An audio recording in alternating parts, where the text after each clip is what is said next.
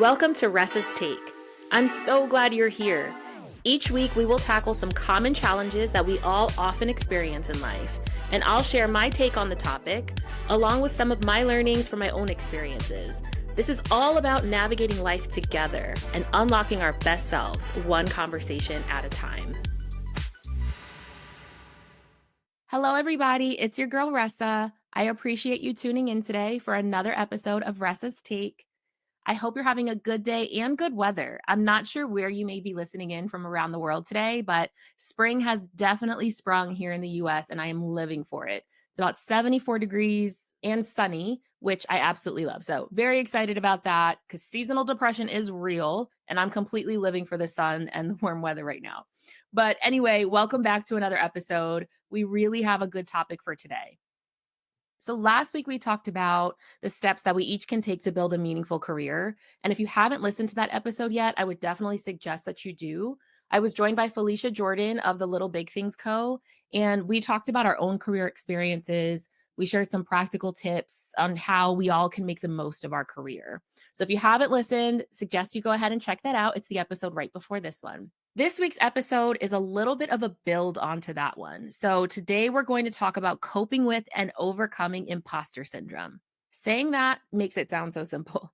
But if you are anything like me and struggle with this regularly, then you know it's much easier said than done. But as hard as it is, it's not impossible. We just have to be determined and we have to make intentional effort.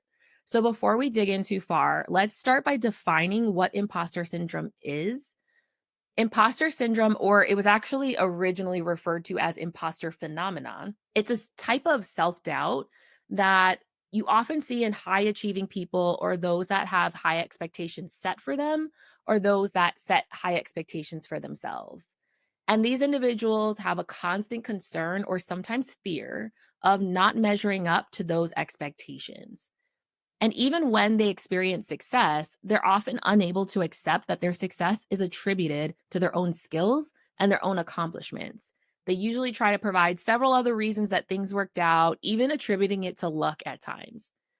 And according to an article that Forbes published last year in 2023, 70% of people experience imposter syndrome in their lives.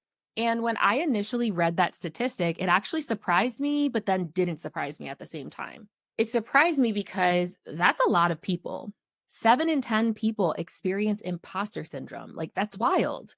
But then it also didn't surprise me because I feel like there's so much pressure to perform in society today. It almost feels unacceptable to fail or be vulnerable or just be figuring it out as you go. It's like society moves in a way where if you don't get something right away, or you fumble or you mess up, they amplify it. And there's just a lot of pressure to be good, if not great, at everything the first time. The term imposter syndrome was actually first coined by two women psychologists, Pauline Rose Clance and Susan Imes, after they observed self-doubt in themselves and in other women. Their paper, The Imposter Phenomenon in High Achieving Women, Dynamics and Therapeutic Intervention, found that women in their sample that they studied were prone to fear that they would be found out as intellectual imposters. Fast forward a couple of decades, there are actually researchers that have pushed back on this concept of imposter syndrome. There is a popular Harvard Business Review article written by Ruchika, Tulshyan and Jodi-Ann Burey that says we need to stop telling women that they have imposter syndrome. They argue that the self-doubt that women and women of color feel is because of systemic bias and obstacles. And if we attribute the challenges that these women feel to imposter syndrome, then it actually places blame on the person, the individual, the woman, instead of examining the cultural and historical context that they're actually operating in. It's honestly a really fair point, a very real point as well, because systemic bias is real. Brene Brown, if you follow her, I absolutely love Brene Brown, interviewed Ruchika and Jodi-Ann a couple of years ago, I think it was, on her Dare to Lead podcast.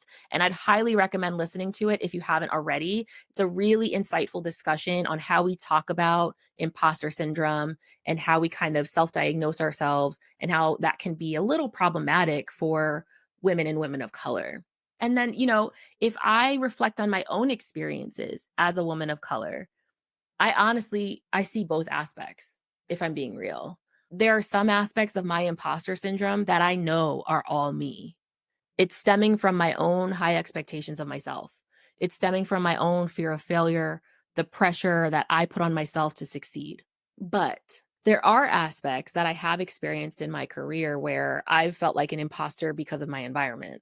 When you're working with an all male team or working in a predominantly male dominated industry or predominantly white organization, it can be really challenging as a woman and as a woman of color. Environments that, weren't set up for people like you because the lived experiences of the bulk of the organization is different than yours. And that has a downstream impact on what perceived success looks like, and maybe even what you think high performing or high potential could or should look like. And even when you're doing well, there's this underlying current that could make you feel like you're not because of your differences. It could be things like the micro inequities or the microaggressions that you experience in your day to day that make you question your ability and whether or not your version of good or great is actually good enough. It can be a really uneasy position to be in. Okay, so we've talked about what it is, where the term came from, and how it can impact certain demographics differently. But what does imposter syndrome actually look like when it shows up? It can come up in so many ways in both your personal and your professional life. It often comes with a feeling of you kind of feel like you're a fraud. It feels like people are going to find you out as if somehow you've tricked them into thinking that you're great. And eventually they're going to realize that you're not and the jig is up. Maybe you recently got a promotion and you question all the reasons you may have gotten it and doubt that it's truly based on your ability. I often compare myself to my peers because they have more experience than I do. They've worked in the talent management space longer than I have. They're more senior than me. And I just question my ability. I've had a really fast trajectory in my career. And when I excel in the work that I do, I sometimes question it because I'm like, am I really pulling my weight out here on the same leadership team as people with more experience than me? And yes, I am. But that's something that I have to constantly remind myself because imposter syndrome is persistent. Imposter syndrome is like that person that just will never go away, that you're just like, oh my God, why are you here? Oh my God, why won't you get the hint? Like that guy that just is pursuing you and just wants to talk to you. And you're like, bruh, let it go. Like you don't belong here. I don't want anything to do with you. That is imposter syndrome to me. I'm a really hard worker with an amazing work ethic and I'm smart. And I'm not saying this to toot my own horn. Like I've worked hard to get where I am. It's not like I'm not capable. I just need to get out of my head most of the time. And I have to keep reminding myself that I got where I am because I worked hard. Nothing about my career journey was by chance. Nothing about my career journey was based on favors. I earned every single bit of this. And I should not take that from myself, and neither should you. Why would you intentionally downplay your ability? How do you expect others to believe in you if you don't even believe in you? I remember hearing once, and I can't remember where, but the person said, if you believe people's opinions when they critique you and they say negative things about you, then why don't you believe them when they say the good things? And I actually think about that often. Whenever I struggle with feelings of imposter syndrome, I really, really try to remind myself of that. And if we go just a little bit further into research around this, as an alternate perspective, there are actually articles out there that talk about how imposter syndrome can be a positive thing. The moment I read that, it gave me bombastic side eye. Like, I'm just like, so what's, are you bugging? Like, as someone that struggled with this nonsense since I was a kid, I'm like, please have several seats. Okay. There's nothing positive about imposter syndrome. But if I really think about it, they're not entirely wrong.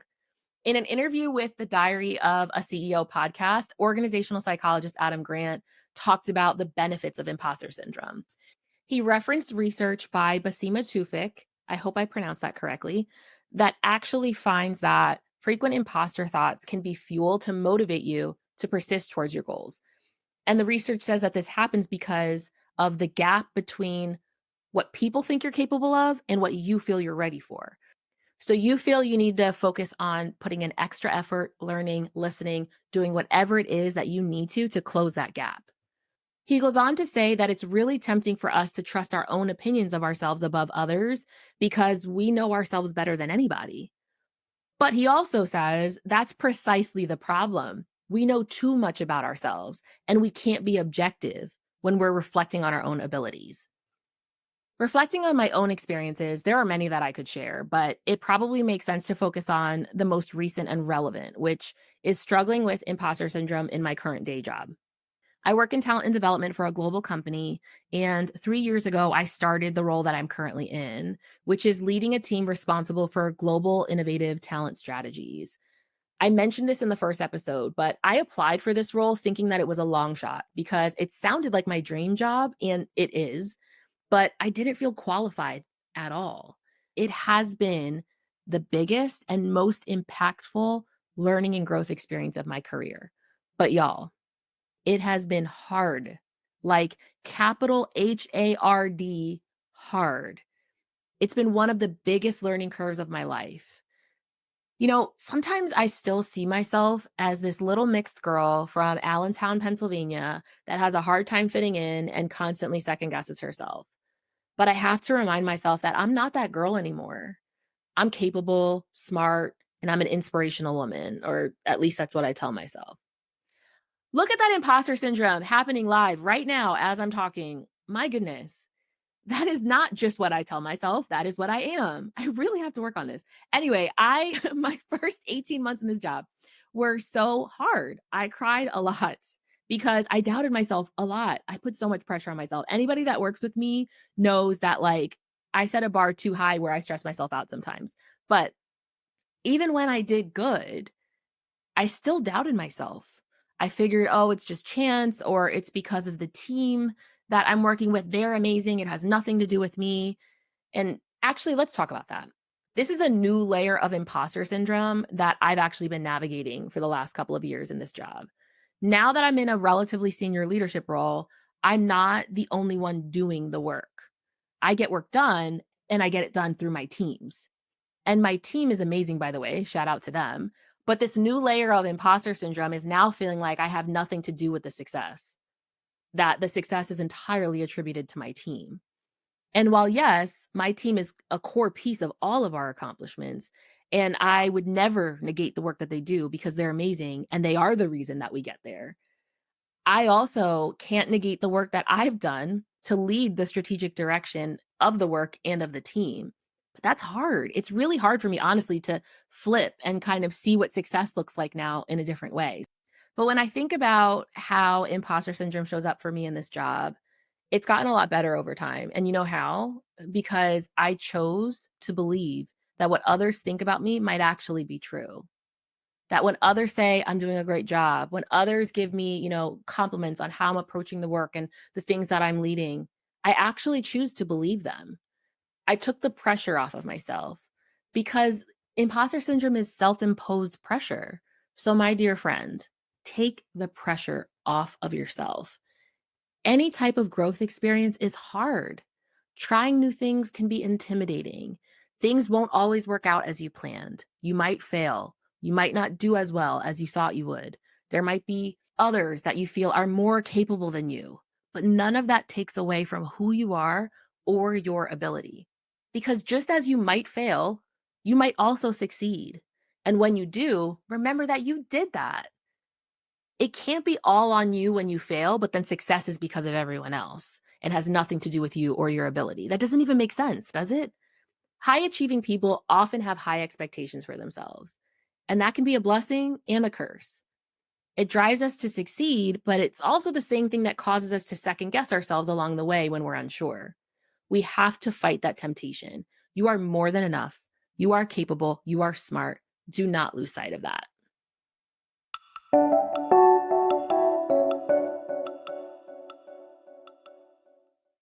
Okay, so before we wrap up, let's talk through some recipes on how we can tackle imposter syndrome in our day to day lives. First, let's start by reflecting on why we feel that way. What makes you feel like an imposter? Do you feel like others are smarter, or you don't have enough experience? Or maybe you're someone in your family, friend group, or professional field that's doing something new or different for the first time, and it feels scary and intimidating.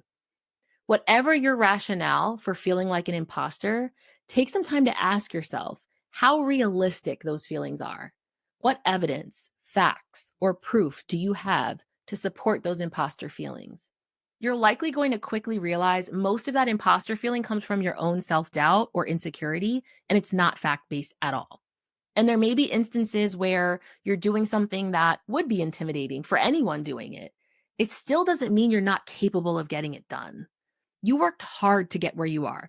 Don't discount your work and your effort. You deserve to be where you are right now.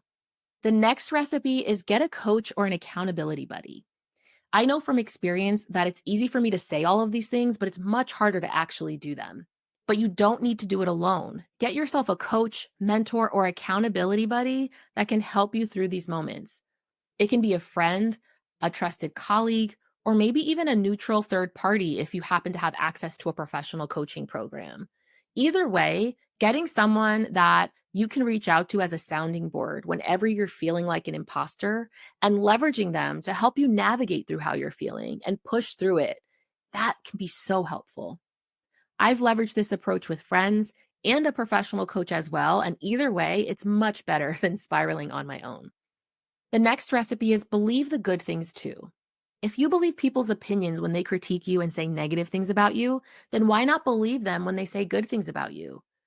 If someone you knew only ever listened to the good things that people said about them and totally discounted any critiques or constructive feedback that people had on them, you would probably say something's wrong with that and that it's probably not healthy, right?